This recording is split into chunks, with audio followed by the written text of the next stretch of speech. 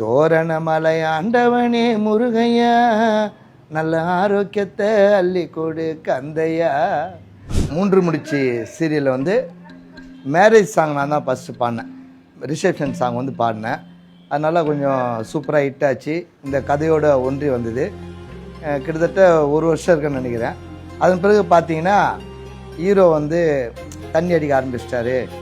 அவர் வந்து திருத்தணும், மாலை போட்டால் நல்லா சரியாயிடும்னு சொல்லிட்டு கதையில் வருது. வந்தப்போ சரி கானா பாலா கூப்பிட்டு மாலை போட்டால் கண்டிப்பாக கன்னிசாமின்னா ஒரு பஜனை வைப்பாங்க கண்டிப்பாக. அப்போ நான் வந்து கண்டிப்பாக நான் தான் எழுதினேன் அப்படின்னாங்க. அந்த பாடல் நான் வந்து எழுதினேன். குறிப்பாக அதில் வந்து தோரணமலை முருகரை பற்றி எழுதியிருப்போம். அன்பு சகோதரர் சபேஷ் ஆலமன் வந்து கூட வந்து ஹெல்ப் பண்ணார், பேக்ரவுண்ட் ஸ்கோர்லாம் பண்ணி கொடுத்தாரு.